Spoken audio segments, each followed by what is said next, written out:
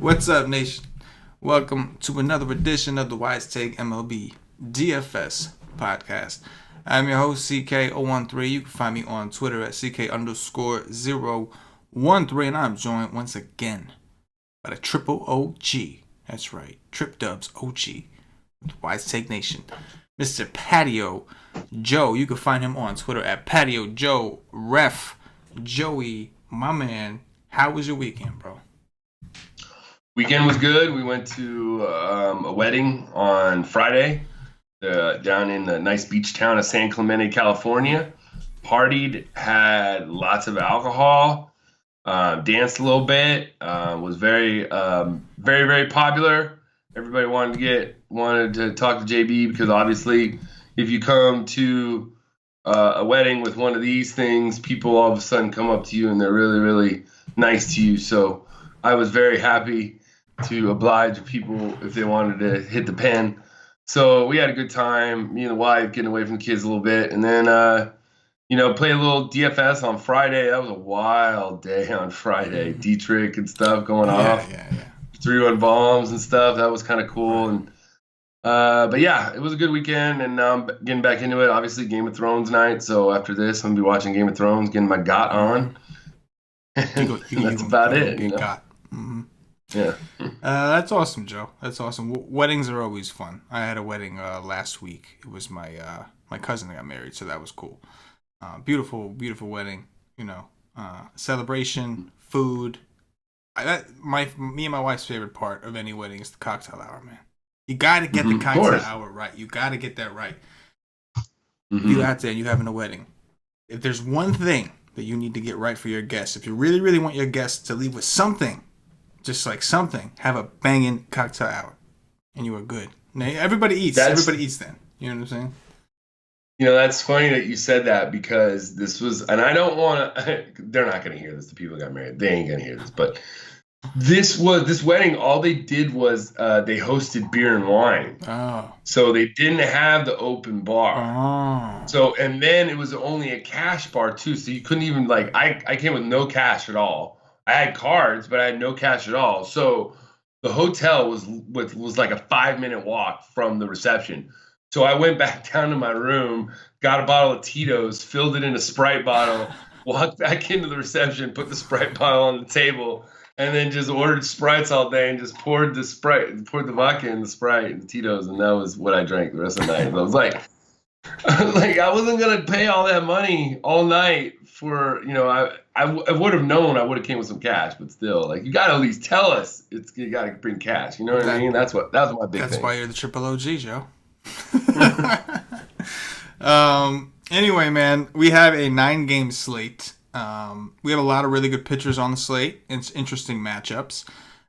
We talked about at this point in the season, we've had a decent sample on a lot of these guys, so we can start trying to figure out if what we're seeing that's different this year than last year is real or not, and comparing that with some of their more, predictive stats. But yeah, we'll get right into it, Joey. Cash games. Who is our SP1 on FanDuel? The guy on DraftKings, the guy you're starting with. We have a lot of good guys up top. What do you think? Yeah, right now I'm going to start off with going against I'm going to go with DeGrom against these Padres. Padres right now are striking out the third most against righties right now. Yeah, third most against righties, 26.9%. And in the last week, they are striking out pretty much right around the same. So these guys are striking out a lot on FanDuel. This is what you want. DeGrom's coming off a pretty damn good start. His last start, and if you look at the guys around him, what I'm seeing at the guys around him in the price range on FanDuel is you got Cole at $500 more, and he's facing a team, I think, in the Royals that just a little bit better offense. They make a little bit better contact, so that's why I would lean towards DeGrom $500 less, and then Snell I don't mind either. But Arizona, once again, against lefties, they've been crushing lefties. They've been hot. They're like bottom against strikeouts. They do not strike out against lefties. And then Scherzer going against these Milwaukee Brewers, they're going to be throwing all their lefties against Scherzer tomorrow. You're going to get, Obviously Yelich is going to be in the lineup, but you're going to get Gamble, you're going to get Moustakis, you're going to get Shaw. So it's just not a situation in cash that you want to go to with Scherzer because he's probably going to give up at least one home run. He's going to have that strikeout upside, but it's not where I would just rather just pay $600 more and go to DeGrom. No, I hear you. On DraftKings, they're a couple $100 different. DeGrom's actually more expensive than Scherzer. That's not something. There's two pitchers more expensive than Scherzer. In the cash game conversation, I'm totally with going with DeGrom. I typically prefer him at home, but like you said, it's more of a matchup thing, right? The strikeouts should be there with the San Diego Padres, and they're mostly right-handed lineup. Whereas Kansas City's been very, very scrappy, especially against right-handed pitching, and Milwaukee has a ton of power, and this is a small ballpark. As far as an SP2 on DraftKings, do you see anybody that's in the cheaper range, mid-tier, cheaper as of right now? Who's catching your eye? Oh, well, I mean, for me, there's nobody else that you're going to look at tomorrow as an SP2 option to me down there as Martin Perez. Martin Perez at 6'6". I know everybody. Look, I'm like the first one against stacking against Martin Perez. But the guy's hitting over 95 or 96 on the gun. Okay, he went up against the Astros last week and shoved it up against them. Okay, now he's facing the Blue Jays in a decent park. I'm not scared of them at all. And these Blue Jays, their home run to fly ball ratio is last in the league. So, good chance he's not going to give up very many home runs. Their fly ball ratio, they're 25th. Their hard contact, they're only 12th. And their strikeout against lefties, they're sort of in the middle of the pack. So, at 6'6" on DraftKings, you just put in any one of those top pitchers you want with Perez, and you're going to be under the 18K that you'd want for cash games on DraftKings. And you can get in a lot of these bats that we're going to talk about that we'd like. But to me, I know it's weird for me to say it, but Martin Perez has proved he's in the circle of trust right now. I'm telling you. And in GPPs, yes, we're going to do it. You could do a hedge stack against them because we all know the blow-up potential's there. But these Blue Jays haven't been that impressive. I mean, what I told you, their home run to fly ball ratio against lefties is last in the league at 4%. Like, they're just not hitting that many home runs against lefties. So on FanDuel, I'm with it. And on DraftKings, I'm totally with it at 6'6". FanDuel, he's in play. As for, the pay down guy tomorrow to pay up at bats, just looking straight first, I'm not going to go to Alcantara. Junis is going to get, his tits lit off. Chacin against these Nats, nope. John Means against the Red Sox, nope. Mikolas against the Phillies, nope. Then we go to Perez again. So it's like, if I'm paying down tomorrow, it's Perez. He's proved it too, guys. It's not that it's just like a matchup play either. Okay, and that's why I'm on him, especially on DraftKings and on FanDuel. If you want to pay down at 7.5, I'm totally good with it. The other guy, maybe you could look in cash on FanDuel. That's a little bit lower than 10K is Walker Buehler against the Braves. He's a minus 145 favorite. They're only scheduled for, I think, 3.4 runs. Buehler, we're waiting for that performance. So that's the other guy I'm looking at tomorrow. I love how you say, I know what you meant, but I love how you say they're only scheduled for X amount of runs. Like they're scheduled to score this much, so if only it were that easy. No, I'm with all of that. I think in cash games specifically, in tournaments, we'll get into it in the SP2 conversation for tournaments. I think there's a couple guys we could look at, but in cash games, if I was going to pay down from SP2, assuming that that's what you want to do, I think you could make a case for some of these other guys on DraftKings if you were willing to spend the money, like a Walker Buehler, because it's not out of the question either to take in cash games if you wanted to take a DeGrom and a Cole Hamels against Miami and pair them together. If the value is there for the bats, I think you can potentially look at that. But if you are looking to save, if you are doing I like what you're saying, if there's bats out there you're going to have to be able to afford, it makes a ton of sense to just grab Perez. He's been solid. Toronto's been bad in general, and particularly against lefties this season. So I do think that makes a lot of sense. Getting into tournaments, Joe, let's go back up to the SP1 portion. Talk to me about your thoughts. Does it change in tournaments, or is DeGrom still your guy? No, I mean I would then go with like a guy like Cole or Snell in my Mm-hmm. opinion, because obviously the numbers will say, well, they're going to be scrappy or against lefties. The Diamondbacks hit lefties pretty well. However, Tampa, we all know the park isn't very good in Tampa. And, in a one game sample, Blake Snell could strike out 10 Mm-hmm. Diamondbacks. And we got to remember tomorrow, we do have the Coors effect. Not only the Coors effect, they're traveling east. Mm-hmm. So not only they played today, now they get in Tampa, and it's the East Coast time zone. So I mean, maybe Snell's in a little bit more play tomorrow than first just look, just because of I am a little bit of a believer in the Coors effect. I'm not solely like it was 2 years ago, but I think there's something to it, and I think if the matchup's right, I think Snell is in play. Especially he's under 10K, I think on both sides, Yeah. so I don't mind him. Yeah, I think that Snell is a very, very good strikeout pitcher. He's just got nasty, nasty upside. He's got the highest swinging strike rate on the season so far, on the slate, I mean, so far at 17.9%. He's higher than Max Scherzer, who comes in here at second. He's significantly higher than the field. So in tournaments, I could see giving it a shot. The D-backs are a team I really don't like taking lefty pitchers against, but there are a few guys that I think are going to be capable of doing things like this. And I think guys like Paxton, Chris Sale when he's fully healthy, guys like that. And I think that we have to classify Snell somewhat in that category because of how good he's actually been. So I do like that, Joe, and I think he'll be very low owned. I don't, as of right now, I don't mind the idea of Scherzer either. I do think that in tournaments, I think there's some appeal there, especially because I think there are so many other options people are going to go to. I know Scherzer hasn't looked great, great as in he hasn't looked as good as we expect. But looking at his numbers, like everything does look fine. He's got a 16.2% swinging strike rate. I know Lorenzo Cain, he got real beat up today, man. He caught one ball, made a great play in center field, ran into the wall, got the wing knocked out of him, and then he came up to bat the very next half of the inning, and he got hit in the hand with a fastball and had to come out of the game. So I'd be surprised if he even played tomorrow.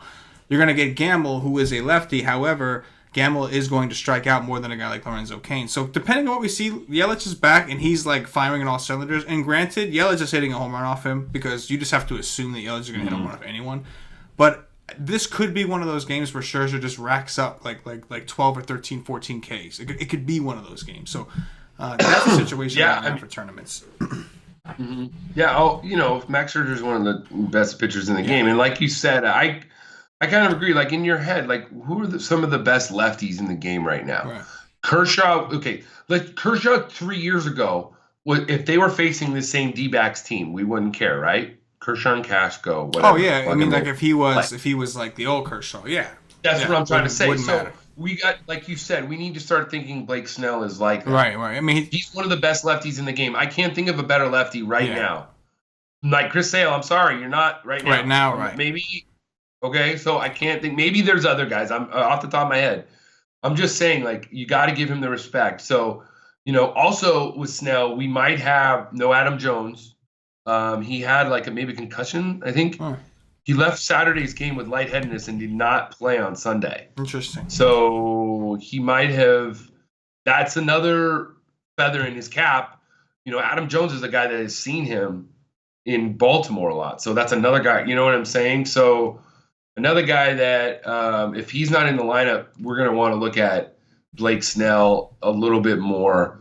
Any interest in like, I don't know, Hamels or Gaussman, especially if there's no Bellinger again. Well, starting with Cole Hamels, I think there's interest there. I wouldn't be surprised if people who were like really, really trying to save money go to Hamels and cash. It wouldn't surprise me because it just seems like every pitcher against Miami you can just consider and you can at least consider in cash. Last time he saw them, he did awesome, went pretty deep. There's a lot of righties, but it's just there's so many bad righties. I want to see what the strikeout rates look like tomorrow. I haven't checked into that. I want to see what it looks like against a lefty because there are so many righties. There's not striking out a ton. But I mean, yeah, what's not to like? 10-mile-an-hour winds projected to blow in. It's somewhat chilly. It looks like it's not going to be a great hitting environment. It's hard not to like any pitcher. And I'm not a Cole Hamels guy, but it's hard not to like any pitcher against Miami. So I think you can. I just worry about like ceiling. Like if you take Cole Hamels and he goes for that 25-26, and you got guys like, on DraftKings, of course, and you got guys like DeGrom and Scherzer or whoever, potentially going for that 35. It's like, oh, did I save enough money to, take that chance and come here? Like did it make enough sense? But yeah, I think Hamels is certainly fine. And the second one, Gausman, man, that's interesting. Like he's known as a reverse splits dude, right? Like most people who throw splitters typically are better against the opposing hand, and that's something he likes to throw. The Dodgers' best hitters are left-handed. So I think it's an interesting situation. Gausman coming off of the ejection, so we're seeing him.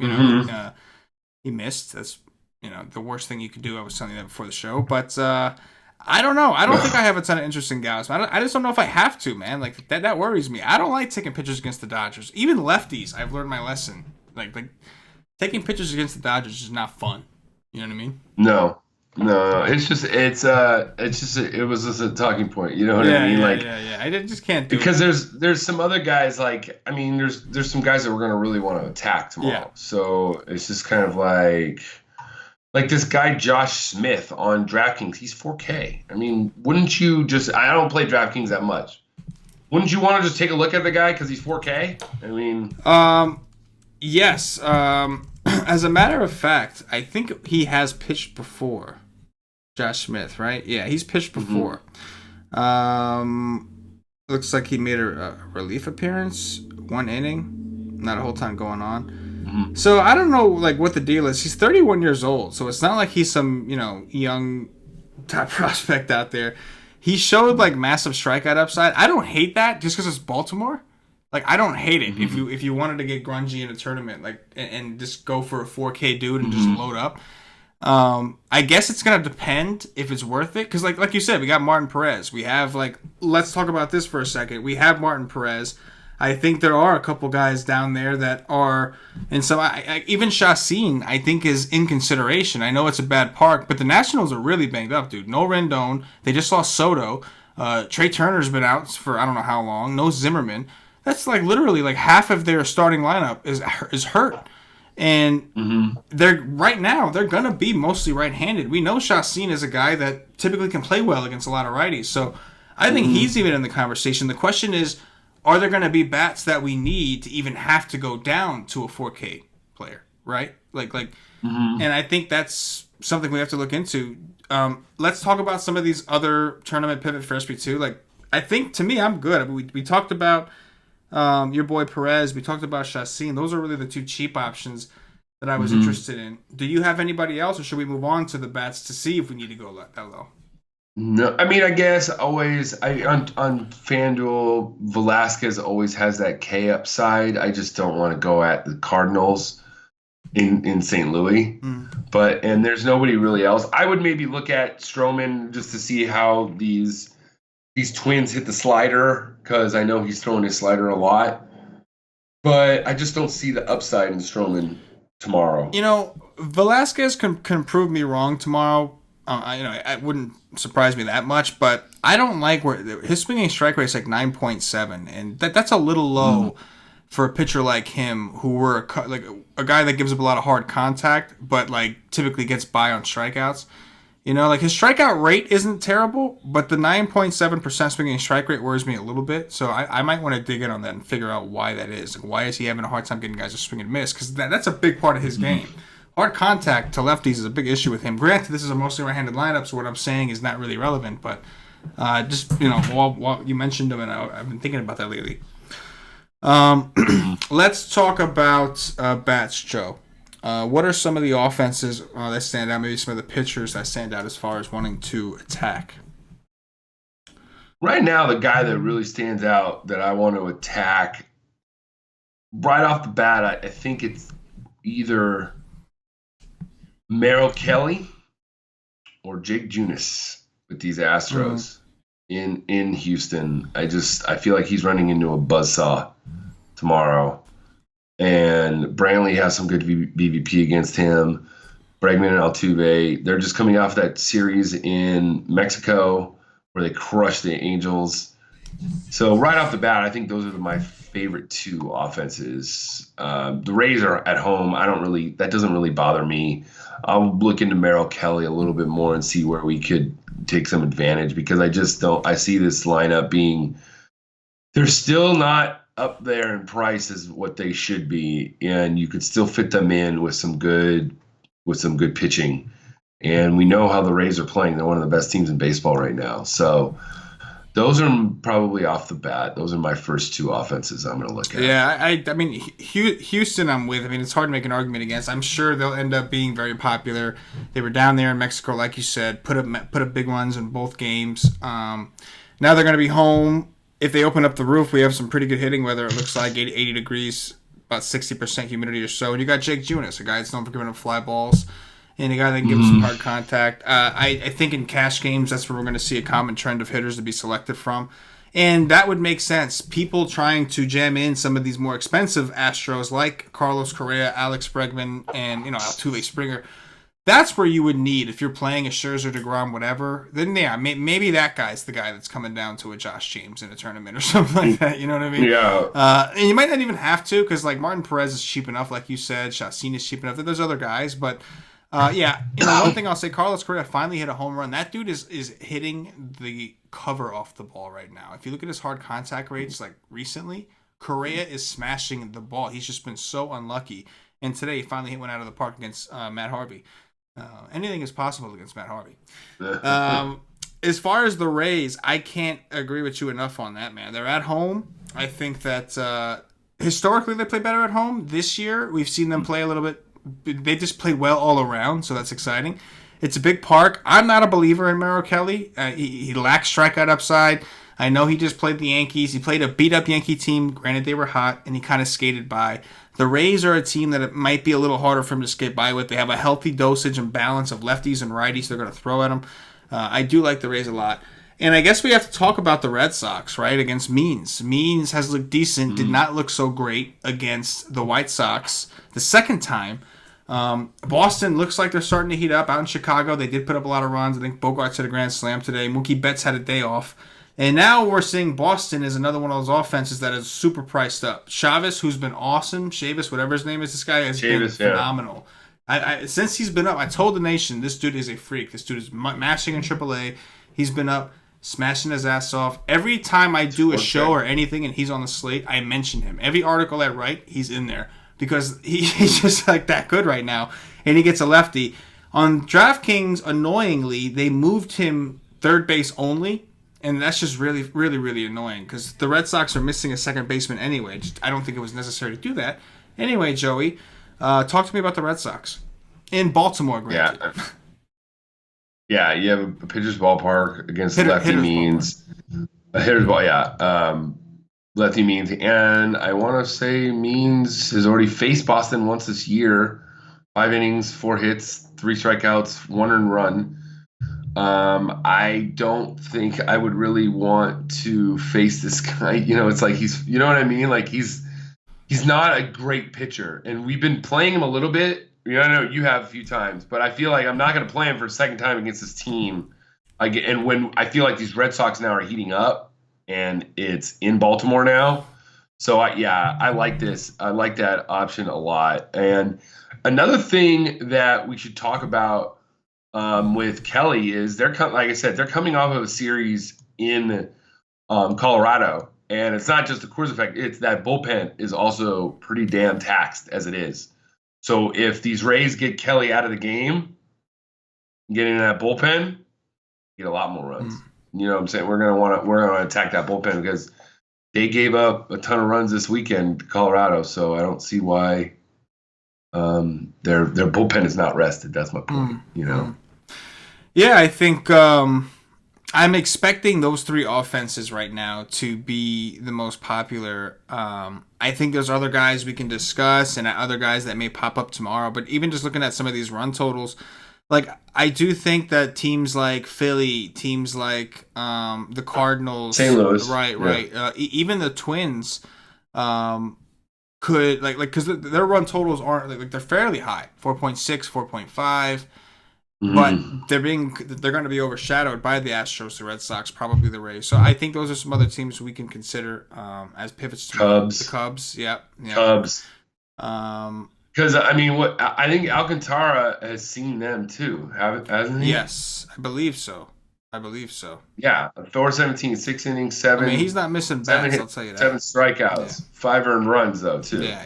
So, yeah, I think the Cubs are in play too tomorrow. Dude, the Cubs have been so weird like that. Like they've had some like high strikeout games, like against the weirdest pitchers. Like Lyles struck out 10 of those dudes. Like Alcantara struck out like 7 of those dudes. You know what I mean? Like they're such a strange team. Let me ask you about the Phillies actually. So Mikolas is a guy that I know that you've been kind of like down on this year, and I agree with you. He hasn't looked nearly as good. He's given up more hard contact. You've seen him kind of get beat up a little bit more. What are your thoughts on the Philly offense, who have been struggling but look like they've been like kind of slowly fighting out of this little slump they're in, and they're still winning games. They're still winning. The thing is that Mikolas is more susceptible against lefties, and I only see Harper and Herrera and Hernandez in this lineup tomorrow. So it's not enough oomph, And Harper, I'm not paying 4 or 5 for Bryce Harper. He's 4 or 5 on FanDuel also? On FanDuel, yeah. Wow. I just don't see what that guy... See, on DraftKings, he's 4 or 5, and that's a really great price for him. On FanDuel, 4 or 5, that's like one of the most expensive hitters on the slate. You know what? His high this year is 28.7 points. Yeah, he's had a rough go of it so far. You mean to tell...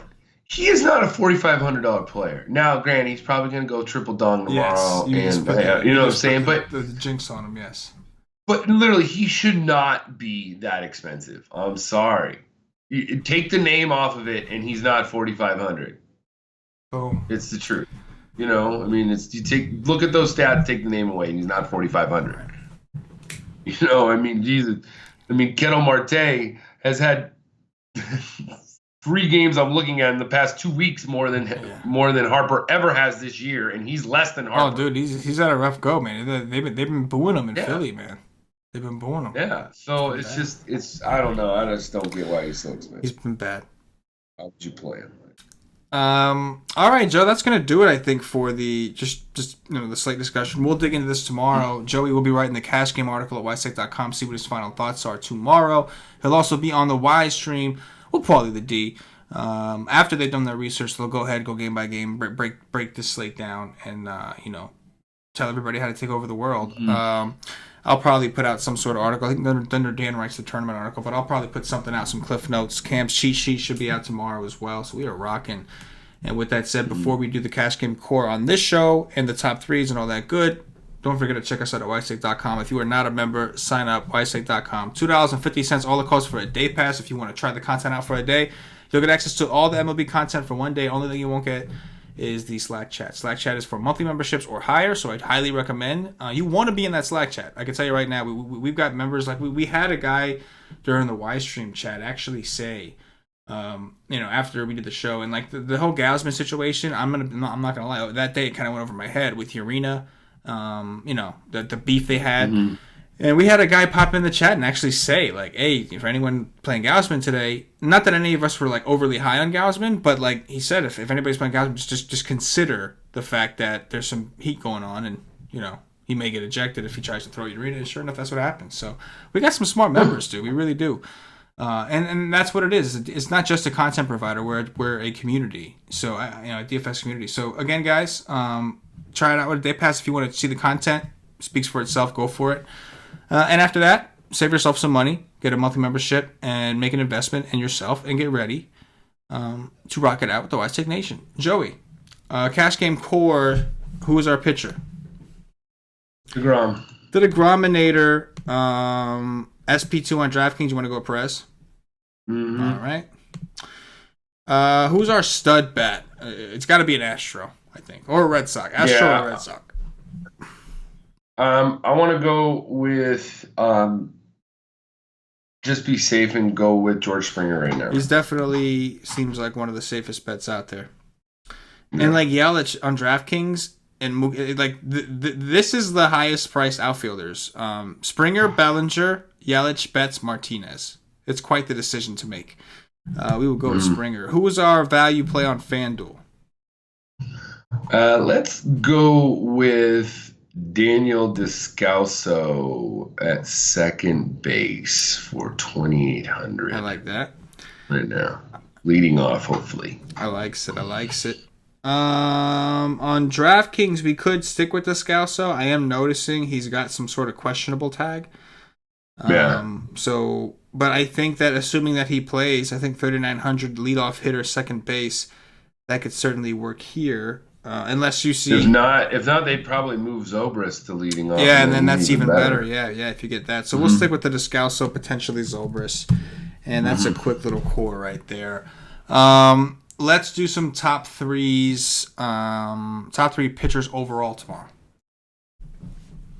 DeGrom, Cole, and Perez. I will go with Jacob DeGrom. I will go with Max Scherzer, and I'll go with Chacin. I like Perez, but I'll go with Chacin just because I want to get him in there. Top three stacks. Man, I'll tell you what. Do you know that they have 1, 2, 3, 4, 5, 6? They're gonna have 6 lefties in that lineup tomorrow against Scherzer. That's gonna be interesting. That's a very, very GBP play for sure. Oh yeah. Nobody's gonna be on him. Yeah, dude. Listen, it's 6 lefties, and listen, Scherzer strikes out a lot more righties. It's also going to be a lot of players that strike out. So we'll see what wins out. But something's winning out. Either Scherzer's striking out like 12 of these dudes, or Milwaukee is just at like 5% ownership. It's just putting everything over the park. One or the other. Yeah. You know what I'm saying? So I agree. Yeah. So let's go with stacks. Let's go with Astros, Rays, and Red Sox. I'll go with you on the Rays. I'll go Rays, Red Sox, and is there anyone we can get a little different with? Cubs. Yeah, we could. Nah, but yeah, I don't think so. I'll go with the Cardinals against Velasquez. Let's go with the Cardinals. That's not bad. Let's try it. Dog watching, we're out of here. Joe, who's hitting the home run tomorrow? Correa. Boom, I like it. I'm going to go with Brandon Lau. All right, and I'm going to go with Christian Yelich. Boom, I like it. I'll grab George Springer then. And I will finish it with Javi Baez. Javi B. Let's see. I will take. Let's go with my boy Chavez. Chavis. I don't know why. Chavis. That's going to do it for the Slate DFS podcast. If you're watching on YouTube, please click that thumbs up, that like button, subscribe to the channel. If you're watching on Facebook, give us a like and a share to support the Slate Nation. If you're watching on Twitch or Twitter, give us a follow, give us a retweet. If you're listening to us on Podbean or iTunes, give us some 5-star reviews. Help up us up those charts. Joey, anything in closing before we get out of here, bro? No, man, I'm just going to go watch Game of Thrones right now. And somebody asked in the chat if we think Garver's going to start a catcher tomorrow. Castro, I'm looking at Castro as a cheap catcher. What do you think? There was just a question. I think if Castro starts, he usually hits good, too, when he does. But he doesn't get that many starts. So yeah, I mean, we'll see. He could.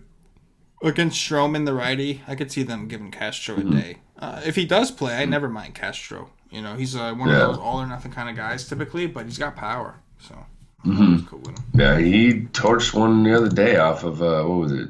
One of the Astro Peacock. Yeah, for sure. For Patio Joe, for myself, the entire Slate Nation, as always, good luck. See ya. Peace.